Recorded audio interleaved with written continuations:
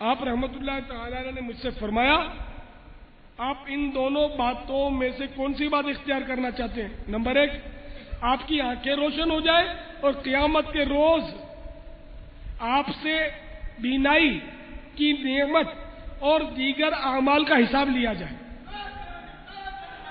Number 2، آپ نابینا ہی رہیں اور بغیر حساب کتاب جنت میں داخل ہو جائیں۔ تو آپ کو قیامت میں حساب دینا منظور ہے آنکھوں کا اور دیگر عملوں کا، یا بغیر حساب کے جنت کا داخلہ چاہیے؟ حضرت سیدنا ابو بصیر علیہ رحمت اللہ القدیر فرماتے ہیں میں نے عرض کی یا سیدی جنت میں بے حساب داخلہ چاہیے، مجھے اندھا رہنا منظور ہے۔ صلو علی الحبیب صلی اللہ تعالی علی محمد۔ تو آپ نے دیکھا کہ بزرگوں کا کیسا جذبہ ہوتا تھا کہ نابینا رہنا منظور، صحابہ کرام نابینا ہونے کی تمنا کریں، اولیاء کرام یہ صالح مومن تھے سیدنا ابو بصیر علیہ رحمت اللہ القدیر کہ انہوں نے نابینا رہنا منظور کر لیا، اور ایک ایسے پہنچے ہوئے بندے نے سیدنا امام باقر علیہ رحمت اللہ القادر جو اہل بیت کے سرتاج ہیں، انہوں نے آنکھیں روشن کر کے ان کو بتا دیا کہ ہم اللہ کی عطا سے تمہیں روشنی دے سکتے ہیں آنکھوں کی، اہل اللہ بہت کچھ دے سکتے ہیں۔ شواہد النبوہ کا واقعہ ہے، حضرت علامہ جامی قدس سرہ السامی کی بیان کردہ حکایت شواہد النبوہ میں کہ آنکھیں روشن کر کے پوچھا کہ بولو یہی روشنی باقی رکھی جائے، یہ تمہیں نابینا رہنا منظور ہے جنت کے بدلے میں؟ تو جنت کو انہوں نے تو قبول کیا، بے حساب جنت میں داخلہ کے حساب دینے کی تاب کس میں؟ تو اس لیے آپ کو جو یہ مصیبتیں ملی ہوئی ہیں یہ حقیقت میں دیکھا جائے تو یہ بھی نعمتیں ہیں کہ یہ جنت کی نعمتوں کا ذریعہ بنیں گی انشاءاللہ صبر کرنے والے کے لیے، بے شمار اجر کا باعث ہوگی۔ ورنہ بہت سارے آنکھوں والے دنیا سے رخصت ہو گئے، ان کی آنکھیں قبروں میں ابل پڑی، کیڑے گھس گئے اس میں۔ ہاں میں نے دیکھے، میں نے ایسی لاشیں دیکھی ہیں کہ جن کی آنکھیں مرنے کے بعد سوراخ بن گئے، آنکھیں بہہ گئیں، اور اس میں کیڑوں کی آمد و رفت میں نے دیکھی ہے، پر والے چھوٹے چھوٹے کیڑے جو گھونگے وغیرہ ہوتے ہیں، آنا جانا ان کا جالے بندھے ہوئے۔ تو آنکھ والا بھی قبر میں جا کر اس کی آنکھیں بھی فنا ہو جائیں گی ان مانو کر، ظاہری آنکھیں، اور نابینا ہے موت اس کو بھی سنبھالے گی۔ تو اللہ تبارک و تعالی کی رضا پر راضی رہنا سیکھ لیجئے۔ رضا مولا از ہما اولا جے سونا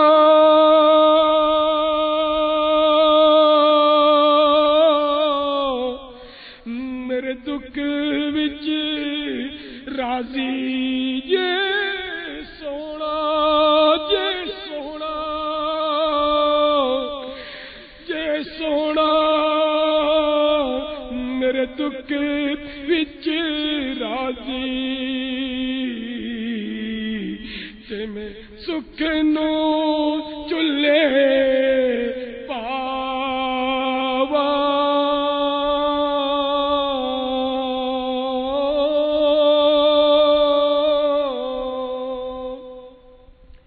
یعنی میرا محبوب میرے دکھوں میں خوش ہے تو میں سکھوں کو چولہے میں ڈالتا ہوں، ایسے سکھ بھاڑ میں گئے جس سے میرا محبوب خوش نہیں ہے۔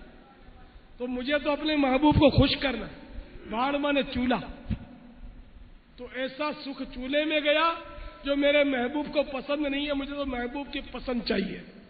تو میں ان دکھوں پر راضی ہوں جن پر میرا محبوب، میرا سونا، میرا پیارا مجھ سے راضی ہے۔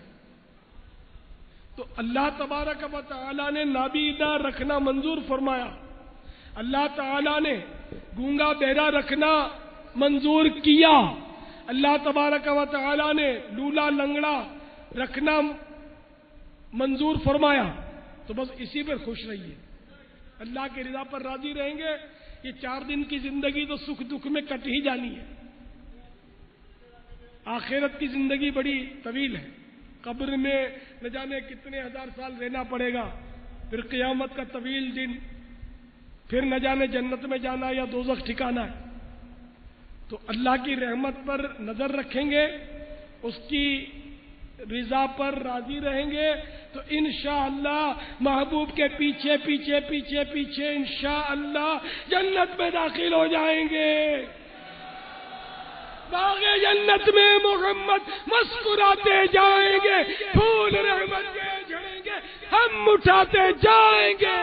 خلد میں ہوگا ہمارا داخلہ اس شام سے، خلد میں ہوگا ہمارا داخلہ اس شام سے، یا رسول اللہ کا نعرہ لگاتے جائیں، نعرہ رسالت یا رسول اللہ، نعرہ رسالت یا رسول اللہ، نعرہ رسالت یا رسول اللہ، یا رسول اللہ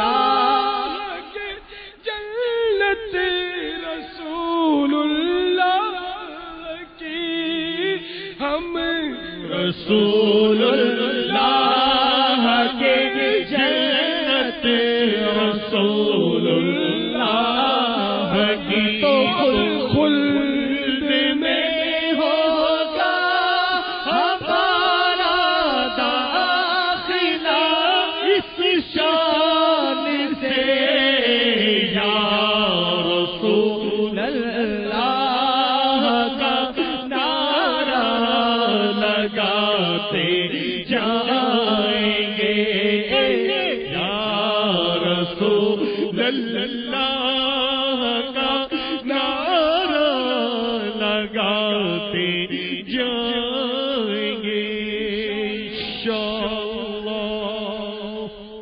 صلو علی الحبیب صلی اللہ تعالی علی محمد۔ صدا گیت گاتا رہوں میں نبی کے، ہو توفیق ایسی عطا یا